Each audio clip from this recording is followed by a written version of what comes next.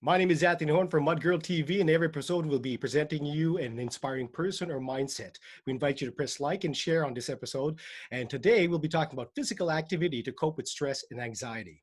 Our next guest, Erin, is a physician living in the South Florida and currently practicing in the urgent care setting. She is also an obesity medicine specialist and is a health coach certified through the Institute for Integrative Nutrition.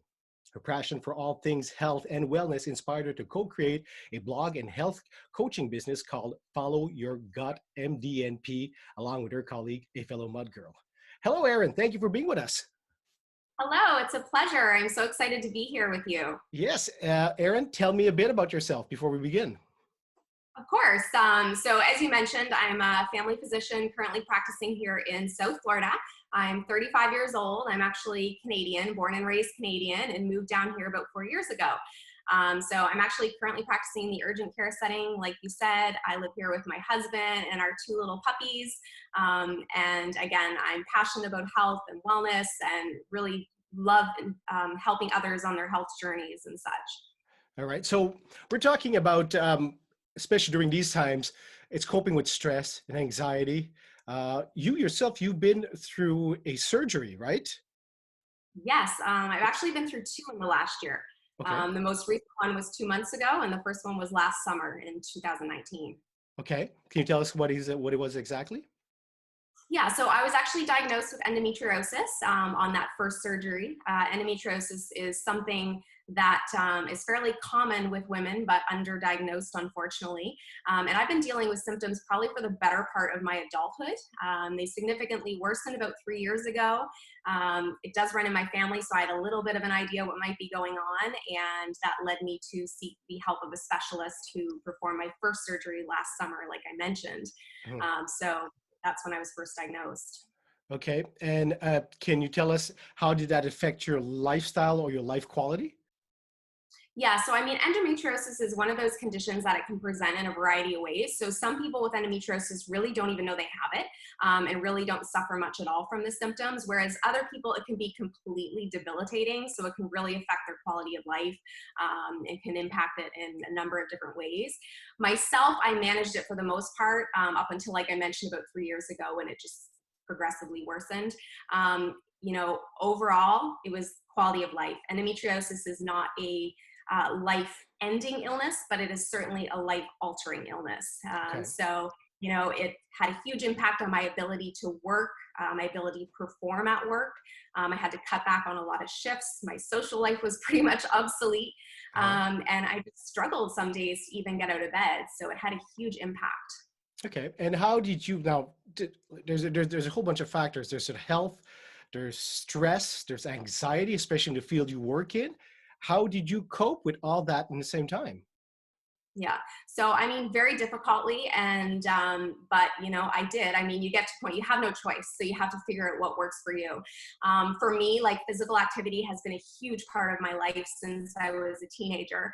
And it's been a way that I've coped with. I've had a tendency towards being kind of an anxious person. I think it kind of goes along with my type A personality. Uh-huh. So I've used it as a coping mechanism for years. And I think it really kind of took forefront when I really started dealing with these symptoms, which is kind of ironic because endometriosis affects you so much physically, yet physical activity was my outlet. So it's kind of interesting how that worked. But yeah, so the physical activity, it kept, my mindset right. When you work out, obviously you feel better, you get those endorphins going, and that, makes you mentally feel better. Because certainly as much of a physical illness that endometriosis is, it also can have huge impacts mentally. Because like I said, it has a huge impact on your quality of life. So for me, it was about, getting physically feeling better just by working out, getting those endorphins going, getting the sweat going. And as a consequence, mentally, I was able to cope better and feel better. Tell me, how did you feel? Like, okay, so you're not feeling too well. You had a big day at work. You started doing a couple of exercise, couple of physical activities, running, whatever case may be, CrossFit. And then you get this rush or you get into the zone. Can you explain what it does to how do you feel? How does that relax your anxiety? Yeah. So for one, it kind of gets me out of my mind and into my body. I'm one of those people has kind of like, just the constant chatter in the mind, which feeds into my anxiety. So when I'm physically active and doing something that really gets my heart going and the sweat going, it gets me out of that mind and into my body and feeling what's my body doing, what's my body feeling. So it really kind of gets me detached from that anxious mind. It also, you know, endometriosis, and I think any chronic illness sometimes has the ability to make you almost resent your body in a way. And when you're physically active, you start to appreciate your body for what you can do. So it kind of helped me in that way. So instead of feeling feelings of hate towards my body for what it couldn't do, exercising made me realize, okay, I am strong. You know, my body can do things. It is amazing, even though, you know, sometimes I feel like it hates me. Uh-huh. You know, it can do hard things. And because my body can do hard things, it makes me feel mentally, okay, I can deal with this. I can get through this. I can handle it. So it just kind of gave me that more of a, you know, warrior mentality in terms of just, you've got to fight through it, and you can fight through it. So it's Fighting really through kind it, of, that warrior mentality, empowerment. yeah. Yes, exactly. Empowerment. That's a good term for it. Absolutely. All right, Erin, uh, give me 3 tips. What, you know, everybody has their formula to success.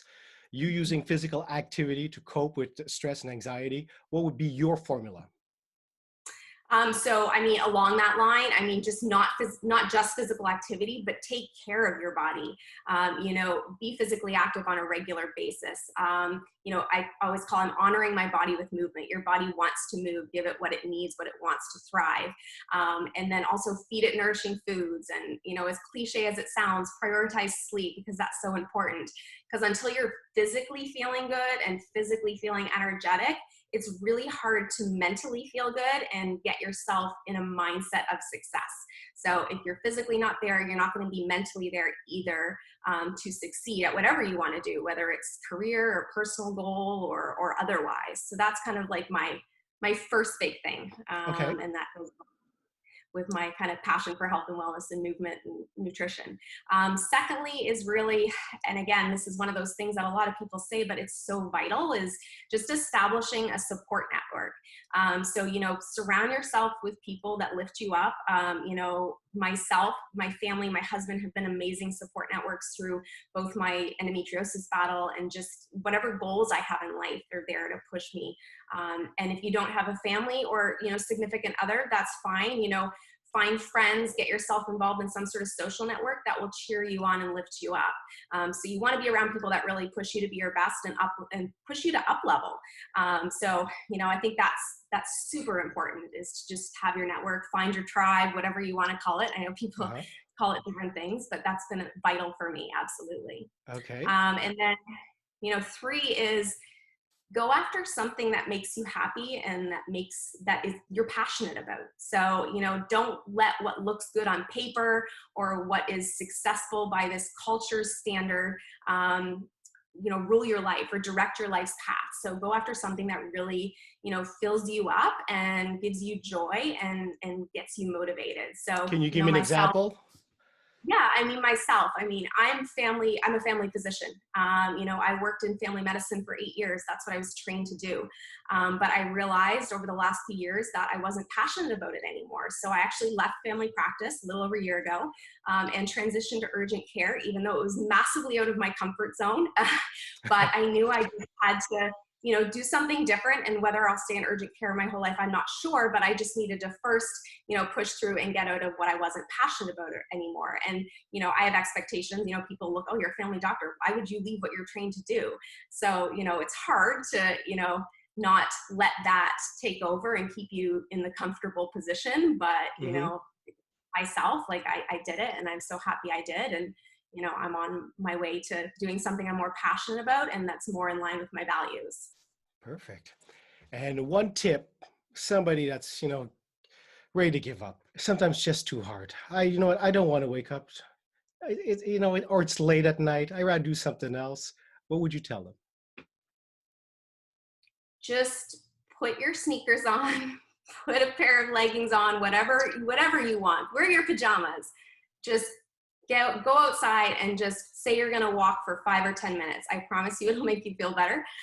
You know, chances are once you start, you'll keep going, but just get out there for 10 minutes. I mean, people underestimate the massive impact that physical activity has on their mental health. And if you can just push through the kind of the funk and just move your feet, it will get better. It's uphill from there. Thank you very much, Erin. Thank you.